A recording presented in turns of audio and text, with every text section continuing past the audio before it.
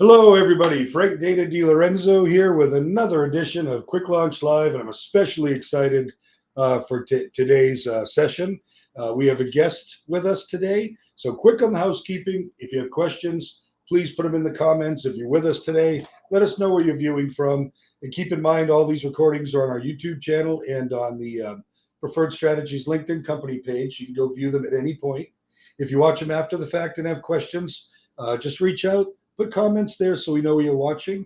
But let's get right to our session because I am very excited today. Our guest hails from Atlanta, Georgia. He's the CFO of 1910 Legacy Enterprises and its subsidiaries, White Electrical Construction Company and Access Energy. He's a classically trained accountant. He's held a series of progressive roles at public accounting firms and a stopover in the accounting department of a publicly traded company before joining White Electric in 2016 as the controller.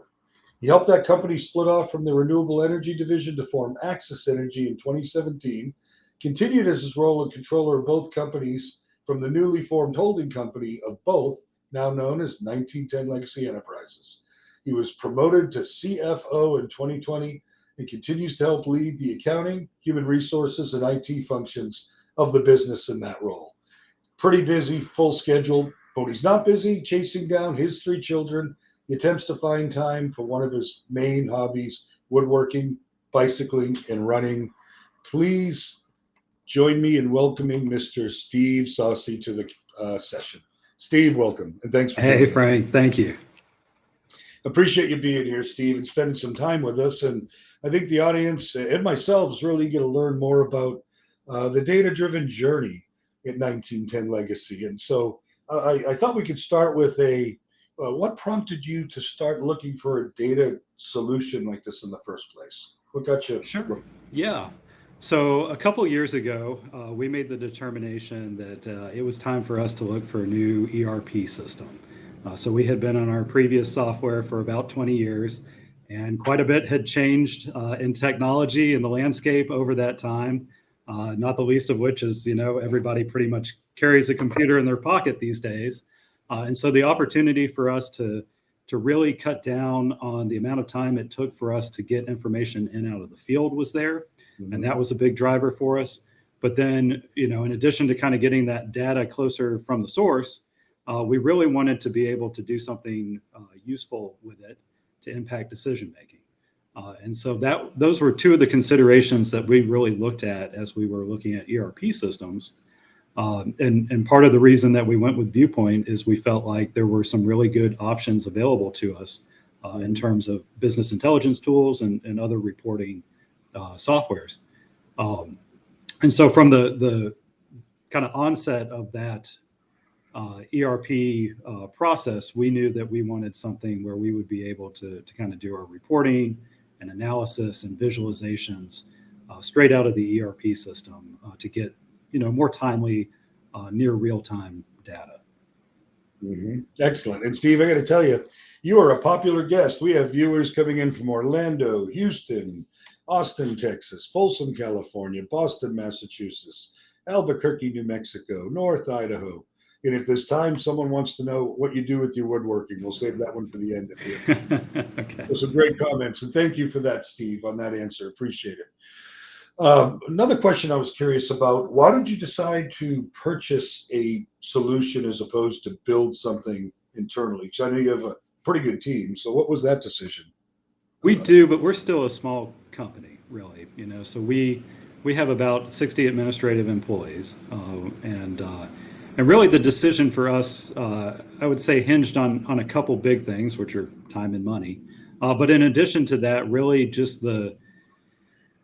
kind of the risk that goes along with developing things internally, both from the perspective of, we knew in general kind of what we wanted, but we didn't really have a fully defined scope. And we're small enough that we don't have a handful of experts in, business intelligence solutions. And so there would be the problem that we would also have to keep it up. And so for us, we kind of evaluated three different options, really. To your point, we could have hired somebody who had that expertise to be on board full time, and talking to some other people in the industry that we're we're partners with who have gone down that route. We expected it was going to be at least 9 to 12 months for them to put something together from scratch. We had just gotten into our new ERP system. We were still getting familiar with it. Didn't know all the kind of back infrastructure of the databases and things like that. And so it would have been a massive ask of all of us to try to really scope that out and put it together. The other option would be to turn, we worked with an implementation consultant. They had experts that had done similar things for clients, and they put together a proposal for us of basically building something from scratch. Mm-hmm. And then the third option was obviously looking for something like QuickLaunch, which ultimately we went with, as you know.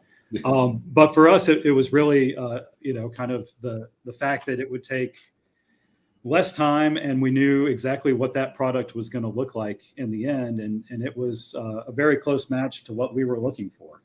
And so for us, that was far less risky than trying to build something from scratch, trying to scope that out ourselves. We really liked the modular approach that was taken with the schema. And so for us, it really just made the most sense, both in terms of time to deploy, which was a big consideration, but also just the straight up cost. Mm-hmm. Excellent. And Steve, I'm just curious, within, I know you deploy Viewpoint, did you look at the Viewpoint reporting solutions at all as you were evaluating systems? We did, and obviously they had sold us pretty heavily on what they had out there. I think that we had kind of investigated several different options, quite honestly. So obviously we were looking for kind of a reporting software to do a lot of our financial reports out of. We, looked at Spreadsheet Server, Profix, some other things like that. The thing that we landed on, quite honestly, pretty early on was using the Power Platform that Microsoft has, just because it solved a lot of those needs and had a lot more flexibility than some of those solutions. It's not a dedicated FP&A tool. It can hook up with other systems. You can import data from a number of different softwares, and so that became of high interest to us as well, because obviously a great deal of information resides within our ERP, but we have other critical software that we use to run other aspects of the business that we would like to have the option of kind of bringing together to really, again, create, business intelligence, some dashboards, some tools for management and decision makers to have available that drew on all of that data, rather than have it siloed off where it has to be cobbled together manually. And so that's what really drove us to look at using Power BI as a platform rather than trying to, integrate all these different softwares, either with Viewpoint's reporting tools or, creating a data lake outside of something like, what's available with Microsoft's offerings. Yep. And I know the other tools, they're all good in their own right, but I appreciate your process and how you landed on QuickLaunch and why and Power BI. And speaking of Power BI, brings up really two questions here. I'll just throw them both at you looking at time. How important was the ability to self-service reporting needs, and how important and how does Excel play in this reporting world with your QuickLaunch? Good question. So, I think one of the things that we were really kind of interested to see was if we allowed people to kind of have, to your point, self-service, create some of their own reports, have access to that, what could they come up with? And, we're a 100% employee-owned company. And so we take a little bit different approach. We have an opportunity here because we practice a lot of open book philosophies, that we don't have a lot of restrictions around who can see what. There are some critical things like payroll that you would like to keep hidden, but for the most part, our administrative employees have access to see our high level financial performance and pretty much anything going on our projects. And so we were less concerned with the security risk of exposing that because we already provided that information. There is kind of a question, I know, around governance, especially if people were going to develop reports that they might share. And then, how do you know that these reports are really accurate if they're doing calculations and things? But I was more interested to see just what would people come up with and what would they want to see on their own first, and then we may run into a situation where that proves to need a little bit more formal infrastructure in place. But to me right now, we've been stuck with the same reports for about 20 years. And I would just like to see and find better ways of looking at things and breaking it down and analyzing it. And I think that is worth taking a little bit of risk on the governance side at the moment. And along with that, Excel is an excellent tool to use to do kind of that ad hoc reporting. And we've really opened that up to our accounting staff, both to do kind of their recurring work to try to speed up those workflows and that process, cut out some of the manual data entry, which quite honestly to me is more risky than pulling information straight out of data lake, where we know where that's coming from at least. And if they leave it in formulas, somebody can double check how that information is being calculated. And so that has been, especially as we've really rolled this thing out over just the past few months, where a lot of it has started. And so our senior accountant, our accounting staff have tried to automate some of their reconciliations, some of our cash flow spreadsheets, to take advantage of the fact that they don't have to key in all of this information on a daily, monthly basis anymore. Excellent. And Steve, I believe you have an example you're willing to share with the world. Is that right? Yeah. So, I thought I'd share one of the dashboards that we built after we went through kind of the training on Power BI. And I'll admit, this is my first real foray into Power BI. It's a really nice visualization tool. And we really wanted to use it to create some dashboards. So one of the ones I thought I could share without maybe revealing to the outside world too much of a secret was the one that we've used around our craft hours. And so we do financial reviews of all of our major projects on a monthly basis. But one of the best ways that I've kind of found to track our activity between those financial reviews is really to look at where our craft hours is coming in compared to what we had projected. And so this dashboard that I built, that I've shared with most of our kind of regional managers and executives, kind of breaks out the hours by week so that we can see that trend, see how that pattern is going. As well as giving kind of some high level numbers, breakdown by month, and also a breakdown of the hours by each one of our major business locations. Love the use of colors too. I'm sorry, keep going, Steve. And that just I added those so that you could kind of see what week was in what month, because we are on a fiscal year. So our calendar months don't always align. We're on fiscal month 9 right now. But the advantage of this is, this was a report that we used to have to cobble together. So we would get hours on a weekly basis once payroll was processed, but we were manually kind of putting something together. And quite honestly, in the amount of time that it took me to build this visual after our training was probably about the amount of time I was spending on a weekly basis, or somebody on my team was spending on a weekly basis, trying to do this by hand in Excel. And now, this gets updated, essentially every night when our data model refreshes.